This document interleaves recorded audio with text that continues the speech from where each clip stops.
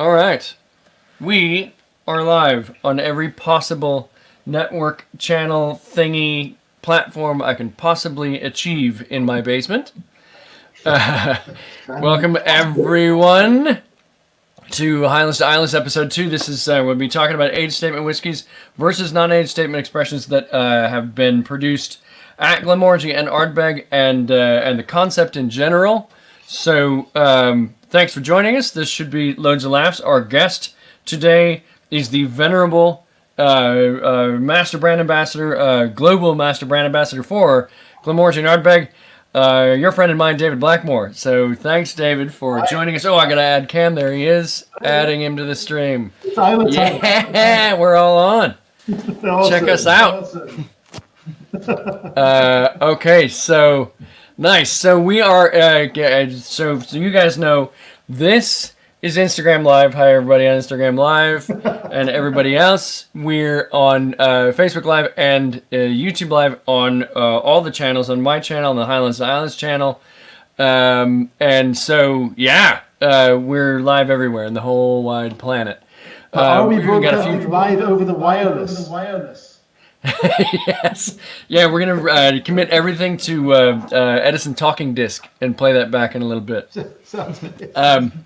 So we've got the three of us together because we wanted to talk a bit about the age statement and non-age statement expressions coming out of that have historically and will be coming out of Glenmorangie and Ardbeg. But to kick this thing off, I wanted to share with you some quotes I gleaned from our old pal Brendan McCarran, head of maturing whiskey stocks for Glenmorangie and Ardbeg. I'm just going to throw these up on the screen as points for rumination, at least on my screen, and we can kind of chat about them in just a little bit.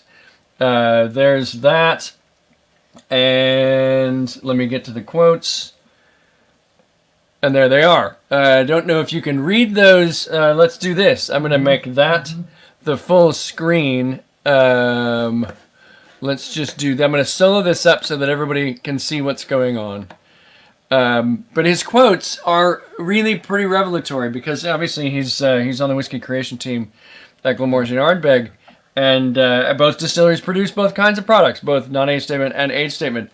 But he ended up spending a lot of time talking about the non-age statement stuff, and I'm just going to rattle these off for the folks that can't read them. Possibly on Instagram, that's going to be a little bit small font-wise. So, first quote. As a whiskey, this is, again, Brendan McCarran quoted. I'm quoting Brendan. As a whiskey maker, I really like non-age statement because it gives you an opportunity to feel, to experiment, to take way more risks. Quote number 2. I do not agree with bringing out a brand new whiskey to replace an existing whiskey if the existing whiskey is aged, age statement, and the new whiskey is non-age statement. To me, that is impatient, which is a good solid quote.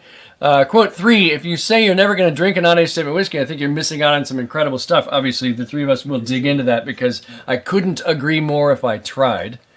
And quote number 4, it all comes down to the ability to innovate. Non-age statement takes the shackles off a bit. It gives you a bit of freedom.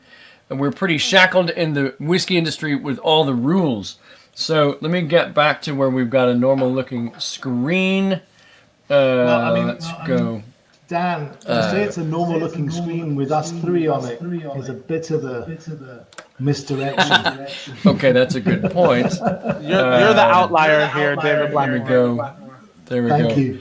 So, Thank you, Cameron. You've got the face for TV. what I should do is to explain to the folks on Instagram, I can't respond to your comments. So I apologize because it's I'm busy with my hands. I can't do it. But I can respond to anybody's comments on the YouTube channel or on the Facebook Live feed. So I apologize to the Instagram folks. I will get back to you post-show. Dan? Yeah. I'll okay. follow along on Can the you do it? on Awesome. IG. On IG. Yeah. That's awesome. So Cameron's going to respond to comments on Instagram. There we go. Pretty snazzy. Awesome stuff. So cool. you're live on your live times a million. You're infinitely live. So to kind of kick things off, each of the distilleries, Glenmorangie and Ardbeg, obviously produced a fairly large number of both age statement and not age statement whiskeys.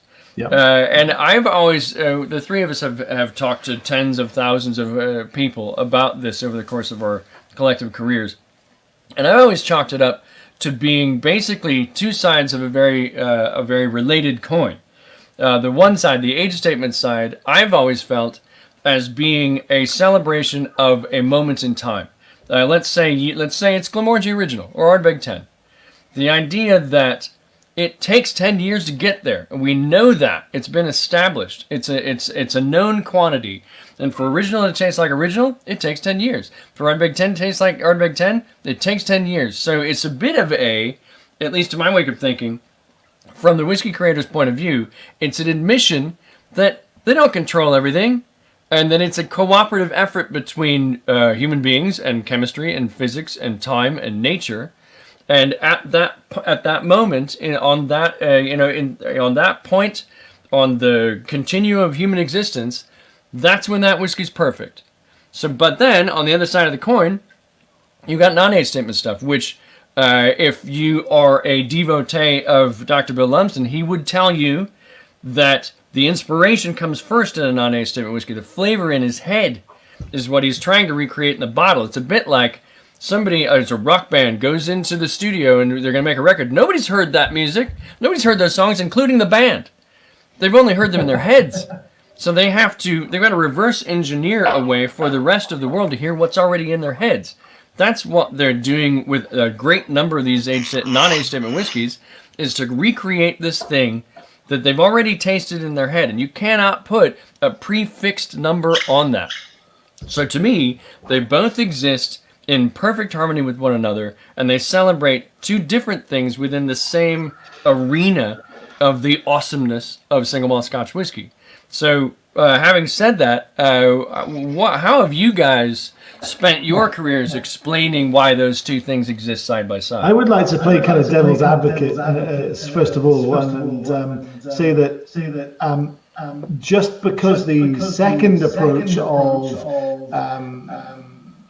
having that flavor idea and then reverse engineering it to make whiskey is very valid. It's a brilliant way to work. It doesn't actually stop you at the end of the day sitting back, seeing what you've made, and then deciding to put an age statement on it. Whatever that age is, you could still put an age statement on it. You know, it could say 3. So there's nothing to stop us putting age statements on it. And I think that's part of the maybe what needs to be pushed. The perception of age statements needs to be changed a little bit, rather than younger mean world. Younger means different. And what I like about it is it gives me a precious little window to at least a bit of information about how this is put together. Because let's be honest, most non-age statements don't actually tell you really very much about how this is put together. It's a kind of broad stroke story about the casks, and I understand why consumers urge for age statements, because it gives them a little bit of something to come to at least. You know, so. I'm actually becoming, in my older age, a bit more of a fan of age statements. I kind of went full one the other direction, and now I'm kind of back to understanding the worth of an age statement. You know, I'm actually very intrigued by a company like Compass Box.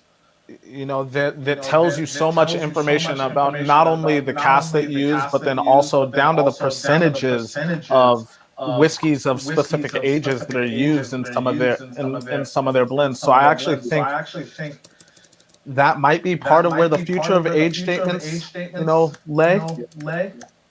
Yeah.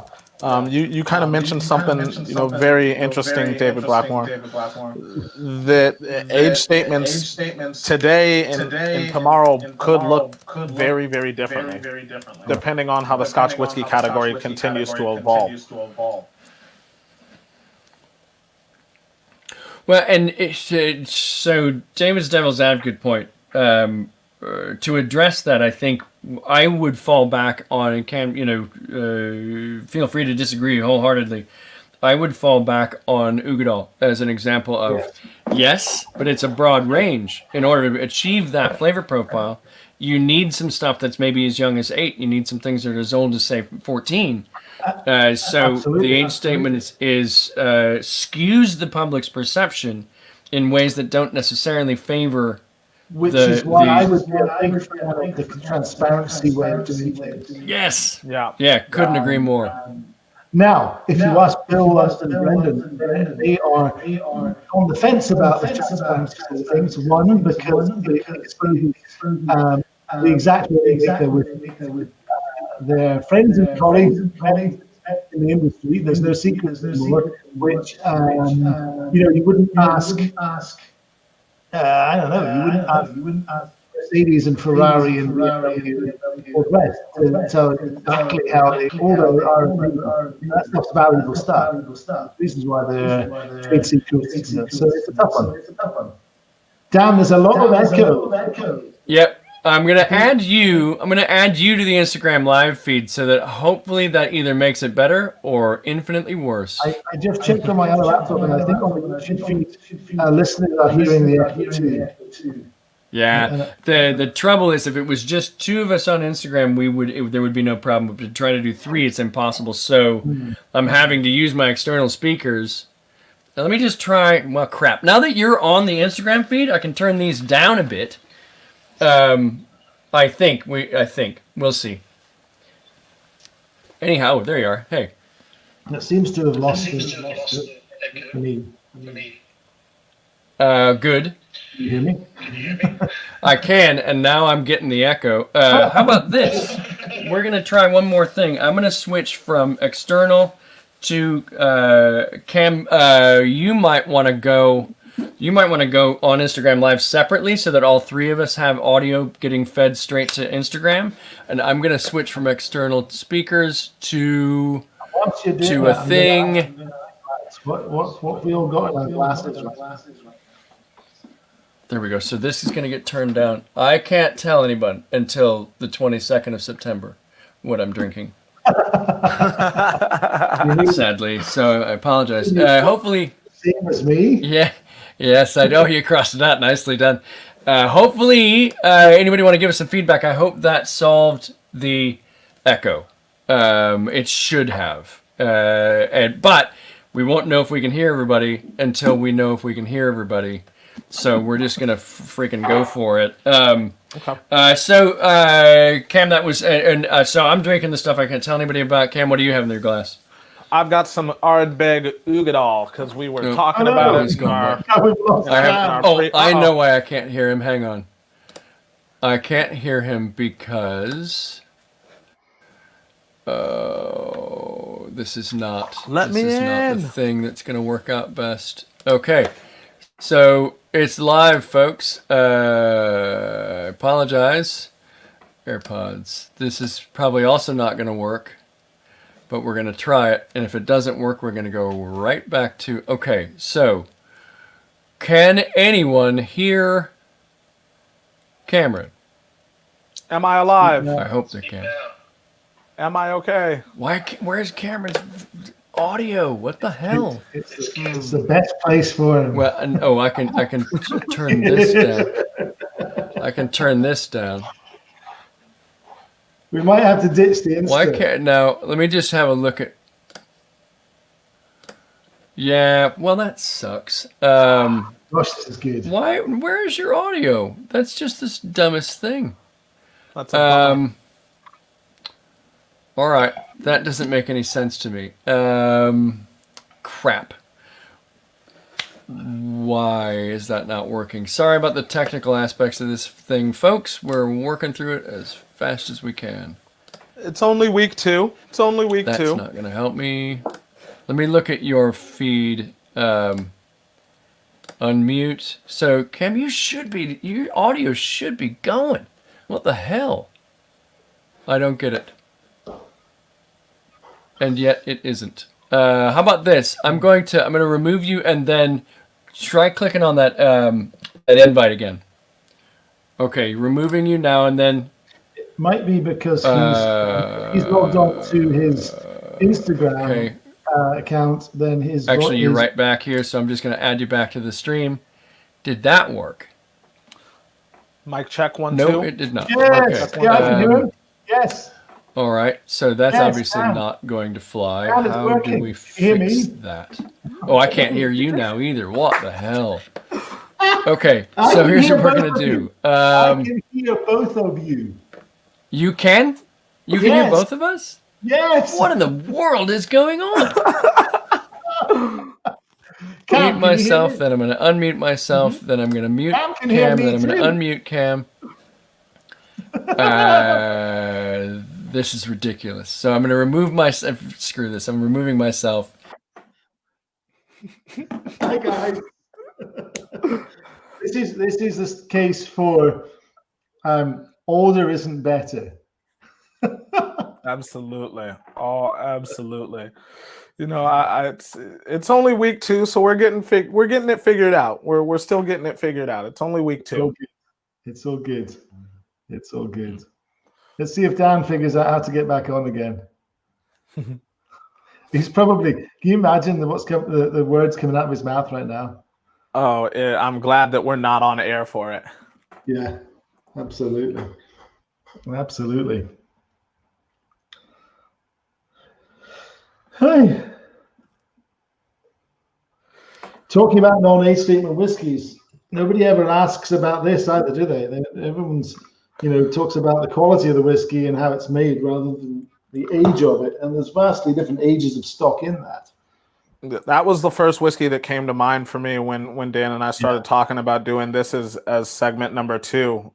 Just in terms of complexities, that whiskey takes so many components. And actually speaking to Brendan about it, Brendan just put together the latest batch of Signet. Nice. And so talking to him about, the complexities and some of the frustrations of putting that together. Particularly working remotely from his kitchen. Exactly.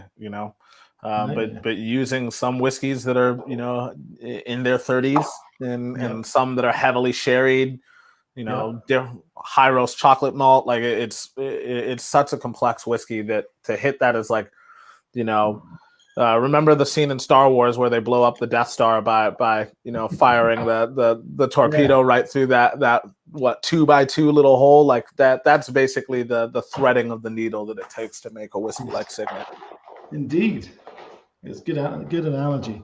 Absolutely, it's interesting as well because age statements to play devil's advocate back again. It's just age statements. I've often described them as the original marketing, cynical marketing ploy of the industry. You've got this product that if you fail to sell it, it intrinsically just continues to get older, and it costs you more and more to look after it and stock it. So you want to sell it for more money. You've got to make your margins. So let's make up this story that older is better and put an age on there so that we can claim a higher price point as it ages because we didn't sell it younger. That might be a very cynical way of looking at it, but there's an element of truth to that. Here he is. I think that's really interesting as well because it's like, the original marketing ploy tells us that older is better and that better is more expensive and that better is, more expensive or supposed to be sold, for more money. And more expensive. I do believe that supports the theory that it is better because, hey, everything that's more expensive must be better. Must be better. Yeah. I think it's quite interesting as well because you start talking about, whiskeys that are non-age statement that continue to win, incredible awards at the international whiskey competitions. I mean, Anno is a perfect example. Absolutely perfect example of a non-age statement to whiskey. I mean, Corey of Reckon winning best peated whiskey, scoring 96.1, which is incredibly high for the IWC. So older doesn't mean better. Older doesn't mean better. I think that non-age statement whiskeys are a great way to take the shackles and the handcuffs off of whiskey creators. Yeah, and it's certainly not a new thing to have non-age statement whiskies. In fact, the earliest labels that we can find have no age statements, and actually kind of copy a lot of them. Kind of copied what was going on with the cognac world at the time.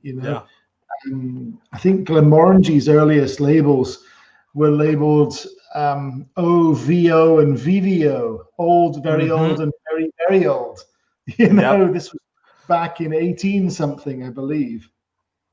Yeah, that was definitely something that I was looking at. It is that, look at the cognac world, look at the rum world. Age statements across spirit categories are incredibly diverse and very, very different. I mean, in the rum world, you can put 23 on your label, or you can put 12 on your label, and it doesn't have to be representative of the youngest spirit. Absolutely, and it's quite frustrating from the perspective of the Scotch whisky industry, right? That other industries can get away with that, but I think at the same time, and I've heard many people say this, that the rum industry would be a serious threat to the Scotch industry if it could just collectively get its house in order, and would actually benefit from having some more regulation, so the consumers knew what the heck they were actually buying, because when you can put an average age on the label, and you can add all sorts of sugars in there to attenuate the flavor, not so interested in that, really.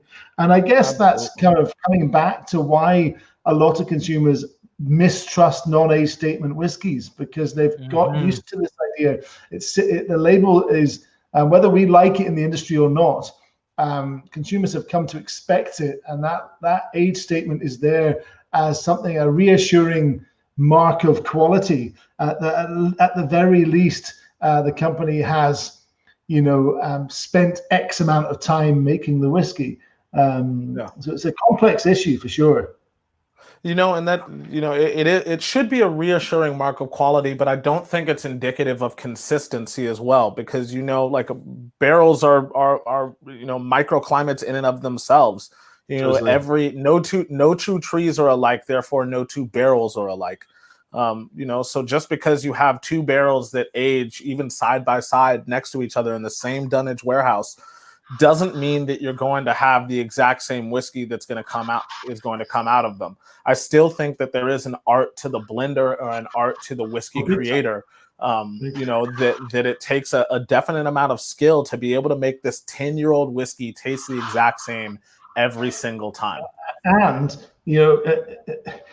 layer on top of that the fact that if you have filled your spirit 18 years ago, let's say, into just the worst quality casks in the world, yes, there'll still be fluctuation one barrel to the next, but they will almost all have something in common, and that is that they will have produced really bad 18-year-old whiskey years later. There's only so much you can do as a blender with that. So you're right, blenders art, absolutely.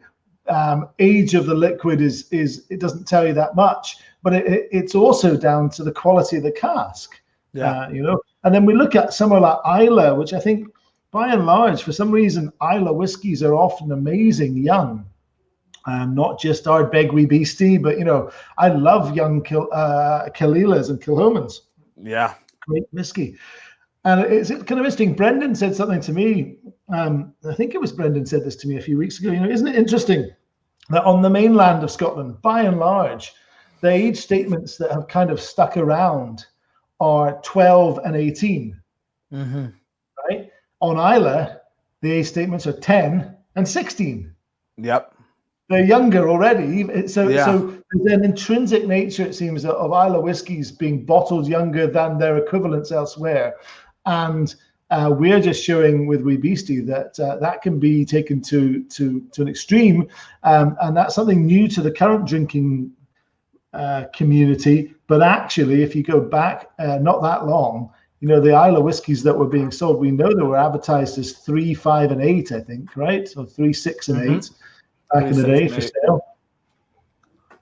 So trust your forefathers. Young whiskey can be really good. Absolutely. I mean, that I remember. What was it, last year when we were on Isla with Brendan, popping Yeah. open a cask of like a 3-year-old, maturing in second fill ex bourbon casks, and it Yeah. was a mind-numbingly delicious whiskey. So Yeah. and I'm a huge fan of young Isla whiskeys.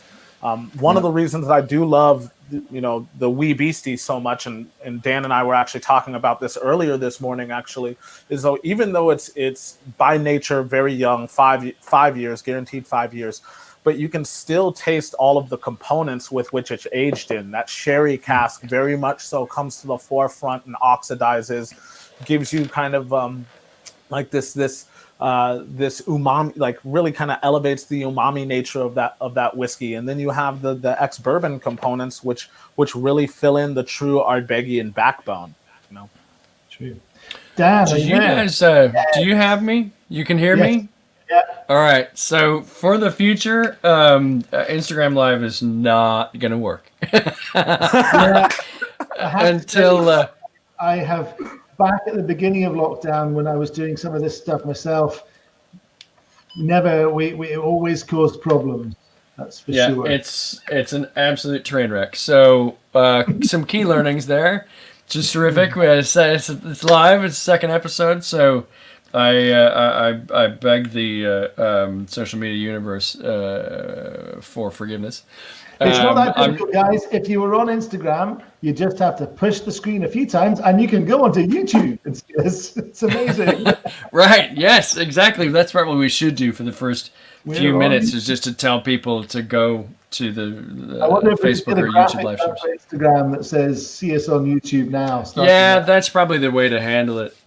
So I'm completely out of the loop as to in terms of what you've actually covered off on. We're just talking bad mouthing you mainly.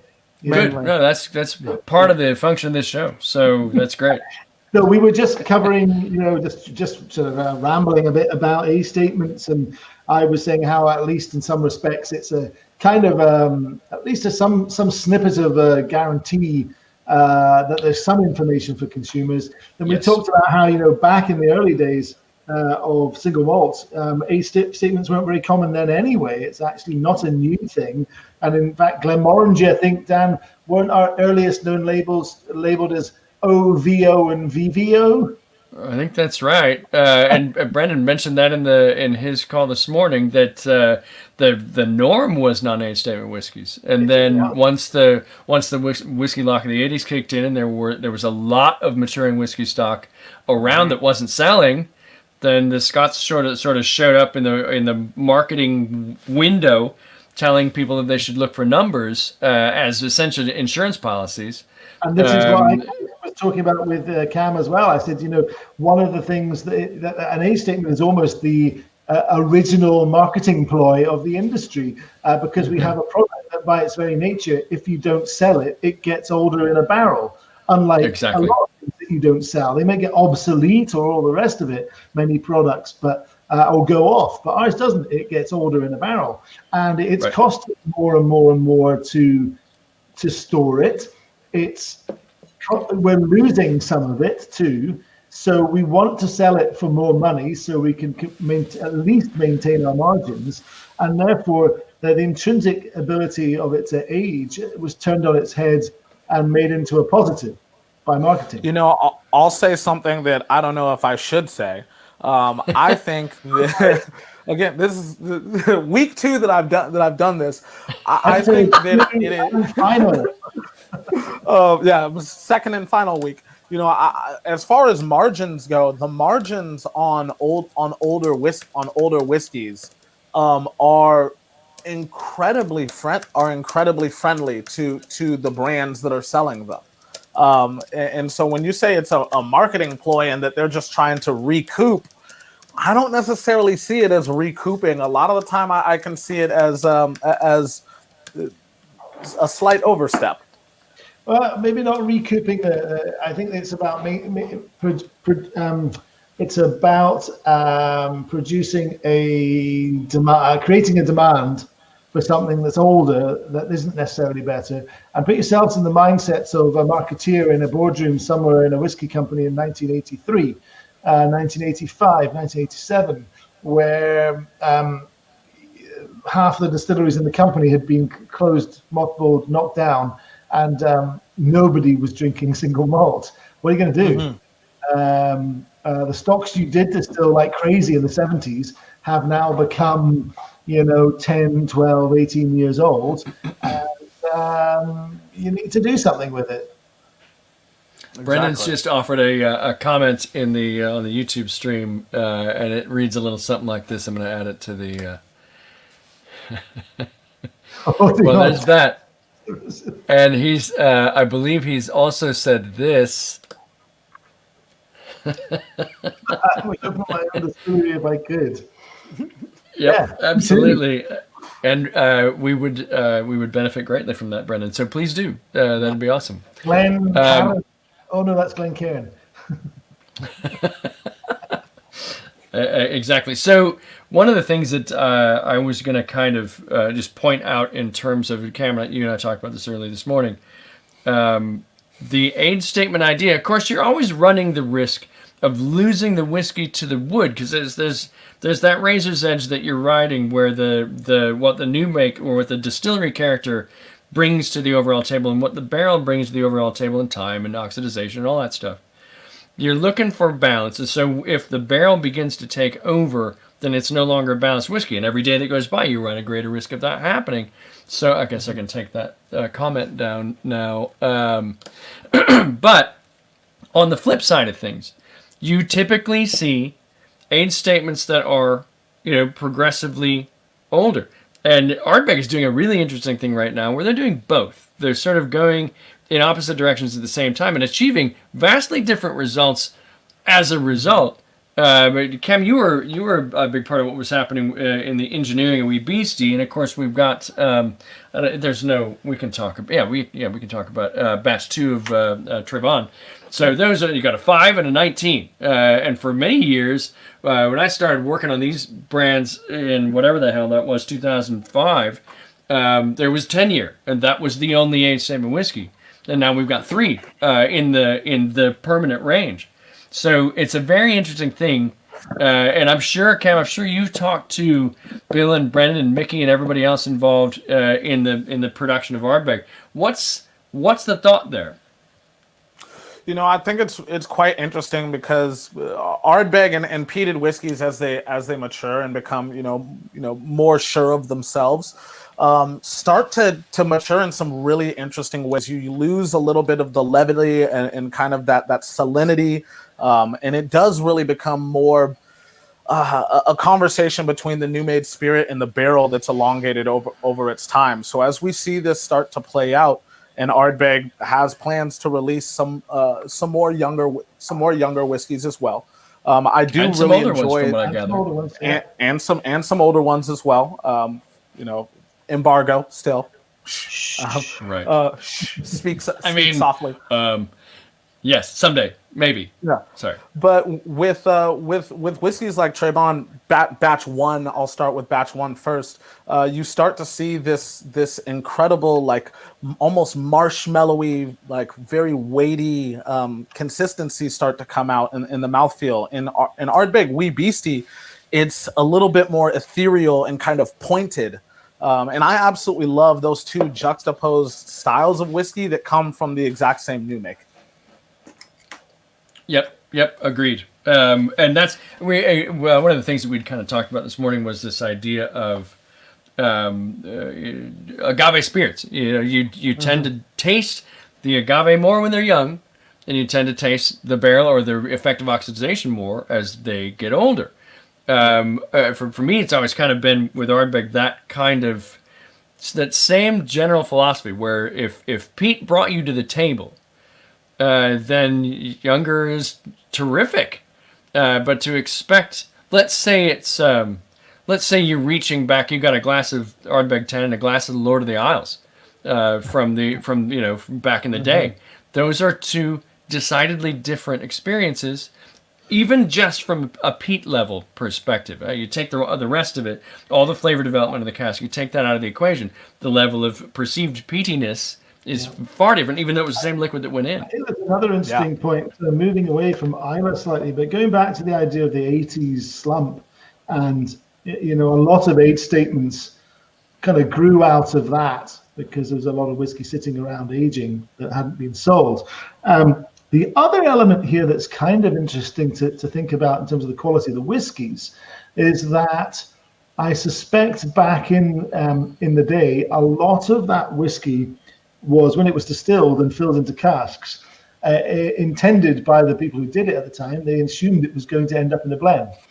And that was distilled worse or better or anything else. But it may have been filled into casks that were quite different from the sort of casks we use today. There would be a lot less of the kind of really active first and second fill American oak, for example. There would have been a lot more refill casks, I suspect, which actually, if you were going to have a crystal ball and foresee a slump where the whiskey wasn't going to be bottled as anything, blend or single malt, and it was going to spend longer in the barrel, it would be exactly what you'd want to do to restrain the barrel from overwhelming the spirit. And so just by kind of chance, I guess, and good luck, we ended up with a lot of old, and still some of them really old now, single malts that were in pretty inactive oak. And that was a good thing because it let them create balance over a long time. And people mistake it for, the guys knew what they were doing back then and everything was better back in the old days. Now that was just luck. Yeah, just luck. And honestly, that's such a great point, David. That's an incredible point, actually, that by almost mere happenstance, you end up with an aging dynamic in the 80s that actually kind of is reminiscent of the whole cognac experience, actually. I mean, because, a lot of the older eau de vie in cognac is laid down in barrels that are far less expressive, that then give it, intentionally give it an opportunity to find its balance between, what the grapes or the grain in our case are trying to say, and then also what those more neutral barrels are trying to say as well. It's an interesting kind of avenue. It could be a kind of interesting avenue of innovation for the whiskey industry to be looking at that again and intentionally doing that sort of thing, maybe distilling more meaty spirit and then aging it, laying it down for an awful long time in really inactive casks. The only issue, of course, is that you then start having experiments that take longer than the career span and possibly the lifespan of the people involved in the experiments. And try and explain to a finance director in 2020 why CapEx should be plowed into a project that may or may not work in 50 years from now. We're doing this for our children's children. Exactly. And I'm sure that, when Dr. Bill arrived at Glenmorangie in 1995, there were things that were laid down that he adopted, that became his projects, that he wasn't necessarily the conceiver of them so much as the steward of them crossing the finish line. And so now that he's been there 25, we're coming up on 26 years, that's probably a different story than it used to be. But even with some of the very old stuff, the initial Grand Vintage releases and such, those were distilled before Bill got there. So what happened to them was only partly under his tutelage. The longer that he's there, the obviously the more that dynamic shifts away. But with those releases in particular, it's a very interesting thing.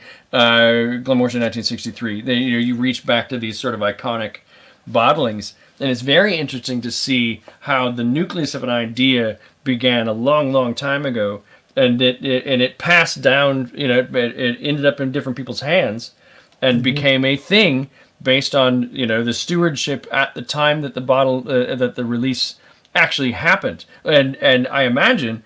One of the funky things about being a whiskey maker is that dynamic where you're like, okay, That now I've had this idea. I've made this whiskey. It's in the cask. I need to wait a decade or so before I see if my idea actually worked. That's, to me, that's a really fascinating part of all of this. See why you can see why there's a lot of people out there these days trying desperately to create accelerated maturation programs. One, because the finance team that's backed their distillery wants their paycheck, and two, the people who are whiskey geeks who set the place up are probably, like the rest of us, pretty impatient modern human beings and want to see the sort of fruit of their investments. And unfortunately, as far as I've seen, guys, accelerated maturation so far has led to disaster. Not much more. Yep. Absolutely. That was another quote that I liked from the call this morning with Brendan. Was that you can't make a 6-year or a 12-year-old whiskey in 6 years. That there is no substitute. There genuinely is no substitute for time.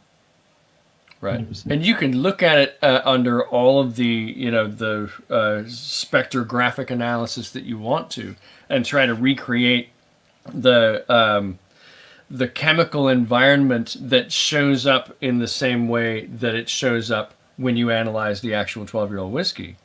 But it's a bit like Dolly the sheep, I mean, it's like, that's a sheep, but it's not really it died, it's like, it didn't last all that long. Hey, don't knock, it's another fine Scottish invention.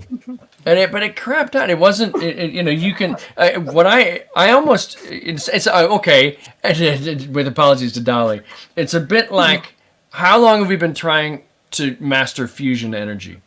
It's like, at some point, maybe someday I'll solve that, but it don't work right now. You can't do it. You can't make a 12-year-old whiskey in 6 months. You just can't do it. And for me, from the consumer, strictly from the consumer perspective, the thing that I like the most about watching people have to deal with that is watching people have to reincorporate patience into their very impatient lives. Yes, and so what that means to me is that when you buy that bottle, part of that amount of money that you spent on that bottle was you paying rent on not having to sit next to that cask for 12 years and wait for it to mature. Somebody did. Somebody took care of that process so that you could go to the store, buy this perfectly matured whiskey, take it home and drink it. And no, it's not $5, but what it is that time passed, whether you were aware of it or not. And there's a time value. There's a time value that's directly attributable to money. So time value of money, you're paying the rent on that time, and time did its thing. Time worked its magic, and you get to be the recipient of it, even though you didn't have to sit next to the barrel for 12 years twiddling your thumbs waiting for it to happen. That I love that, because you can stand next to a shoe manufacturing machine at Florsheim and have a pair of shoes in 43 seconds. But it's not going to feel like a pair of shoes that somebody who learned the craft of shoemaking from their great-grand uncle or whatever made to your feet, that took a lot of time and a lot of passed down knowledge. And then you put them on and they become a part of you. And in 4 months, you're throwing your Florsheims away. But in 15 years, you're still wearing those awesome shoes that somebody made for your feet. It's just two different things. You don't get everything now, and whiskey makes you accept that, and I love that about whiskey. Dan, I'd be remiss if I didn't mention that I feel like that analogy was very pointed at me for that time that I made us go shoe shopping because I needed new shoes when we were in Arizona. No, it's yet your obsession with Air Jordans is as an inspiration to me, sir. So just as you love, I guess I should call it the age statement, or the significance of an age statement, because of the fact that it means that you've had to display an element of patience. I would say that I very much so revere and love non-age statemented whiskeys, because they, allude to innovation, continuing to be pushed forward in our industry, with the right amount of transparency, I should say. Ardbeg Anno is again another really great example of this, because there are some quite, Anno is comprised of quite some young whiskeys, but the components with which that whiskey is put together make it incredibly innovative and also make it incredibly appealing. Using some Pedro Jimenez sherry cask for its rich, robust texture, using some virgin American oak, which is not widely utilized in Scotch whiskey production, giving you elements of added vanilla and all of those aspects that American whiskey drinkers usually kind of dive into. And then again, that true Ardbegian backbone with first and second fill ex-bourbon barrels. I do believe that incorporating those components is innovation in itself, and I love to see that in single malt Scotch. If I can throw an analogy out, to me, it's a bit like, we're sitting and watching Bob Ross, the dearly departed Bob Ross, and there's a painting happening, and the hair, you get used to it and then you ignore it, but you look at the palette that he's working with, and then there are decisions that get made, and you don't really get the decision in the moment, but somehow it becomes. It reveals itself to you over the course of the construction of the painting. But if you look at the palette, there are loads of different colors there. And the person, we'll talk about this when we get into the art of blending, whatever date that is. I want to say it's the week after next. That this stuff isn't just, and this is not, and I hope anybody who's into single cask whiskeys, and I am, doesn't take this the wrong way. But it doesn't take a magician to pick a good single cask of whiskey. Hey. It takes a good palate. That's great. I mean, the SMWS people, like David used to work for the SMWS. It takes someone with an extremely good palate and a talent for understanding what their palate's trying to tell them to curate a consistent series of good single casks of whiskey, and that's how you would build a brand like SMWS or Cat and Heads or whatever it is. I kind of thought about independent bottlers. Don't get me wrong, I love independent bottlers, and I do too. I love them to death. I have loads of them, and it's a way to get an amazing whiskies, often much better than you get from the distilleries. However, I think there's always a bit of a chip on some of the shoulders at least, and it's kind of down to, I think, the fact that they didn't really make it. They weren't really, they were involved in, at best, maybe they filled the casks with new spirits, if you're lucky, and then maybe that's a bit more credibility there. But just getting some samples from different casks and saying, well, that's the good one. We can all do barrel picks.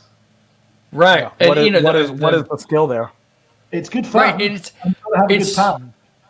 Yeah, you're like, we'll have Josh and Jason on from Single Cask Nation next week, and we'll chat through that because I trust them. And I think the biggest thing about indie bottlers is that it's a bit like finding a movie critic that you trust, finding one that shares. Finding one that shares your sensitivities, your sort of whiskey worldview or whatever. It may not be the same indie bottler that the next person really connects with, and that's okay. But those people are producing a different kind of consistency and a different kind of value-added branding. But if you look at like this thing, Milston's a good example of this one right here. Milston's a really good example of a non-age statement whiskey, a vision that was a pain in the butt to bring to life from Bill's telling of it.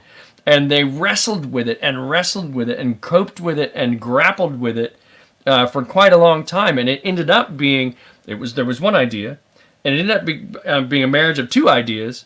And in that marriage of two ideas, there was a third idea that was imposed upon it, because when that was bottled, it was unsettled. It wasn't really comfortable with itself because it was two parcels married together.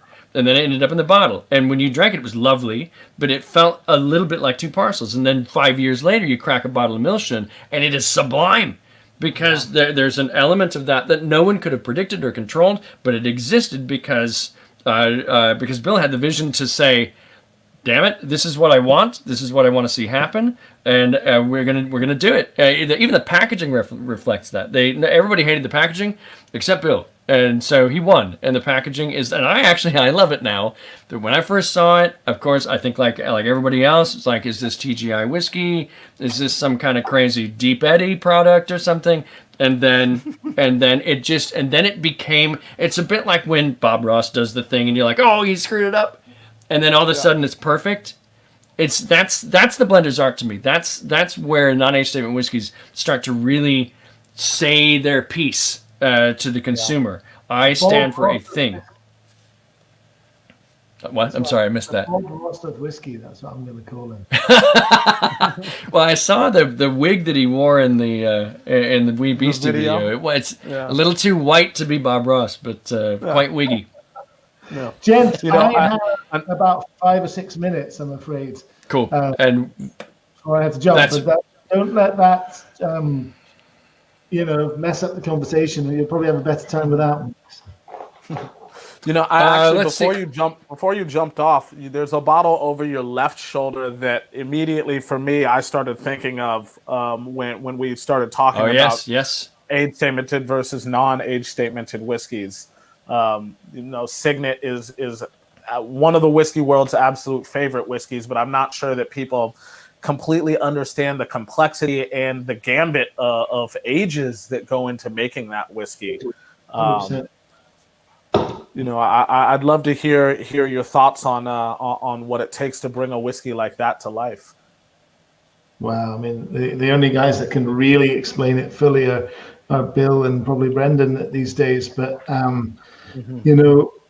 from what I believe, the main part of that whiskey is obviously the beating heart of it, the whiskey made from the chocolate malt, and it sure gives it its unique character that we're looking for. But by itself, many other distillers, I think, other than Bill, might have just gone ahead and bottled that, and by itself, though, it just wasn't the balanced, full, complex finished product that Glenmorangie and Bill is going to countenance putting in a bottle. So there's various other outlier components that are there to kind of be the rest of the band. We've got the lead singer, and now we need the rest of the band, and we've got this incredibly creamy note from whiskey, very similar to Astar, I guess, 10 to 12 years, first fill American white oak in style, lovely creamy whiskey. We've got some old, heavily sherried sherry bomb Glenmorangie that, again, we'd never released by itself, but it's great component part. There's some whiskey that's kind of in the teens that's been finished in virgin American oak. If you remember the old 15-year-old, the kind of body of that whiskey, that's in there as well, just lift everything. And all of those, plus some other things that, Bill will probably take to his deathbed, that means that we get this incredibly complex whiskey, but still everything that the chocolate malt had to bring as well. Mm-hmm. Yep, agreed. There was it didn't matter so much at that point. Mm-hmm. To your collective points, I know, David, you got to go. I'm just going to show you one comment that I think indicates to me where I believe the industry. I mean, this is just me. I believe there ought to be more transparency, and I know that I know that the fight is being had, and I know that it's meeting a fair amount of resistance. But I think consumers have come a long way, and transparency is not a thing that is. I think there's always been this this argument that it would just confuse and baffle the consumer. I don't think so. I don't think that's true anymore. I think the argument could be twofold. We mentioned it briefly before that why would a distiller, why would Bill want to tell his competitors how he makes Signet? Yep. That's one. Yes. That's the biggest one for me. The other argument is, but if we allow distillers to be transparent, will make it much easier for them to be maybe cynically manipulative of the truth again. And I think the answer there is what the SWA has always done: regulate it. No, right. Regulate it sensibly and strictly. Yep. Yeah, agreed. Absolutely agreed. You're going to mention the component barrels, you have to mention them all. Pretty simple. Can't cherry pick. Guys, I've got 3 minutes. I better head. It's been fun. Cool, man. Sorry to love you and leave you. No. That's cool. We appreciate your insights. Obviously, you've been, just for the folks at home, you've been representing these brands for a good long time, 15, 16 years now. And so you've seen the evolution of the brand. One of the reasons that I wanted to have you on is that you've seen the evolution of the brand on a longer time scale than the two of us have. So you've gotten to see how that evolution has manifested itself over the course of a longer period of time than we have, so your insights are incredibly valuable. We appreciate you being a part of it. Is that when I first started in the States, the old wood finish range, the port, the sherry, the Madeira, the Burgundy, they all had 12-year-old age statements prominently on them in the USA. They did not have those age statements in travel retail in the US, in the airport stores, and they did not have age statements in Scotland. They didn't have any age statements. Right. So it was pretty much only the US market that had the 12-year-olds on them back in the day. And what's interesting about that is that now the new travel retail line is going to be a laddered age statement. Or can I say that? Yeah, it's out. 12, 14, 16. Yeah. So it's almost like I'm just saying things. So flying anywhere to get them. Right, yeah, nobody's flying, but once you can, then you can get them. David, thanks a ton. If you're gonna go, I understand. Thanks for hanging out. We'll have you on again. Thanks. Cheers, brother. That was fun. Sorry everybody for the technical issues at the beginning of this thing, and we'll get those ironed out. I guess really the answer is that Instagram Live is probably not going to be a thing we'll be able to do until StreamYard, the streaming app that we use, and Instagram come to some kind of agreement. It's just that it's just too weird. So moving forward, it'll just be Facebook Live and YouTube Live on certainly on my Facebook page, just me, Dan Curl, on my YouTube channel, on the Highlands to Islands YouTube channel, and on Cam's Facebook, right? Yeah, on your Facebook page, it's running live. Yep. So check us out. Every week we'll be on blathering endlessly about all kinds of stuff. Last week I posted the upcoming schedule of topics all over social media. So if you have any specific questions, you can certainly drop me a note, and I'll post. As a matter of fact, I'll put it in the comments right now. My direct email. Cam, do you have any closing thoughts? No, this was one that I was really, really looking forward to, just because again it's another opportunity or another instance of these two distilleries that are forever linked together. Taking almost the exact opposite approach from one another, but then also at the same time taking a nod to each other as well. Ardbeg now releasing a series of much higher age statemented whiskeys, which is something that Glenmorangie has been a part of the Glenmorangie range for a little while now. And then also Glenmorangie over the last 10 or so years releasing much more non-age statemented whiskeys, which is something that Ardbeg kind of rebooted with in the early 2000s as well. So another just really great piece of history in whiskey through the lens of Glenmorangie and Ardbeg. Yep, and that's what this thing is all about, each distillery. And we'll get into this more when we talk about, actually, really all of these topics.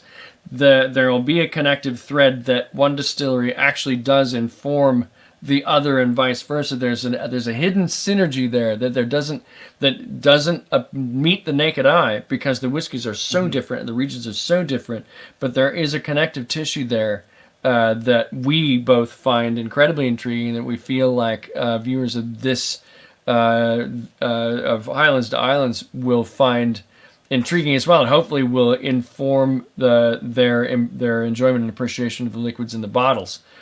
So with that, we'll leave you until next week. Check us out again on YouTube and on Facebook Live next week. My landing page is in the comments of this show, and we'll post it every week. You can find Cam at Ardbeg Cam on Instagram. You'll find us both on Highlands. Let's see, on Instagram it's at Highlands _2TO _Islands on Instagram. So look us up. We'll be here every Tuesday, and we'll be checking in every week. Cam's got a live show every Monday and Friday. Whiskey Through Food. What time is that, Cam? 5 p.m. Eastern Standard Time. Cool. And you just did Oreos and Ardbeg yesterday, Yes, I did. which looked delicious as hell. So I'll be watching reruns of that and going and buying myself some Oreos to go with my Ardbeg. Did you dunk? I didn't miss. I didn't catch the part where you might have. I did not dunk the Oreos into the Ardbeg, and I immediately regretted not doing that as soon as I turned off of the camera. Oh, we're honored by the presence of Hamish Torrey from Ardbeg. Thank you for being here and joining us, Hamish. We'd love to have you on the show sometime. Keep us in mind. I'll send you an email. Thanks, everybody. Watch the reruns whenever you feel like it if you're bored stiff. And we'll see you here again next week, next Tuesday at 2 p.m. Eastern, when we'll be talking to Joshua Hatton and Jason Johnstone Yellen from Single Cast Nation about chill filtration. So there'll be more controversy. We'll court controversy again next week. Thanks, everybody. We'll talk to you again soon. Slanchava. Thanks, Cam. Good to see you.